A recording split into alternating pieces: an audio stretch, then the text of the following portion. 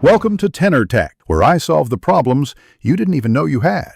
You start now by installing the same screen sharing app on both your PC and phone. Choose a known app. Once done, pick how to connect. USB cable gives lower latency. Wi-Fi gives more freedom. Make sure to enable phone permissions. On Android, turn on USB debugging. On iPhone, allow local network access. Once those are allowed, launch both apps and grant any firewall prompts on the PC so they can discover each other. Now connect and confirm the phone shows up in the PC app list. If using USB, pick the correct USB profile. Once connected, choose Mirror versus Extend Display Mode and set resolution and frame rate.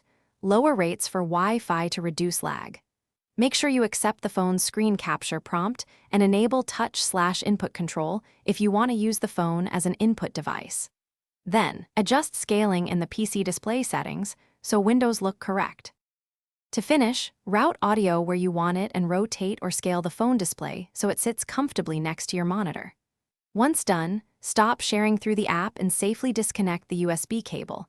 Close any background apps that steal bandwidth. If something goes wrong, try one key troubleshooting step. Switch to a direct USB connection or lower the stream resolution and frame rate to cut lag. If discovery fails, restart both devices and reopen the apps. This usually fixes connection issues. Thanks for watching. Subscribe to keep your life in tune.